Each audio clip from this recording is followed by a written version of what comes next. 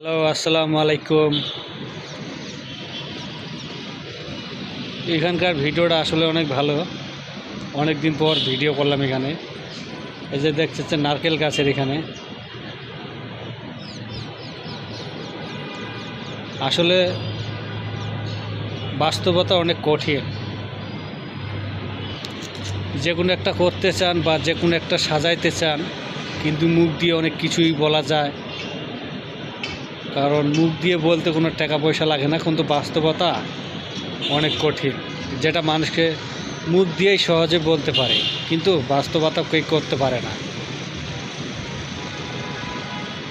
আপনারা বাস্তবতা করে দেখান, কারণ যত বড় কথা, যত বড় মানুষ নয় তত বড় কথা।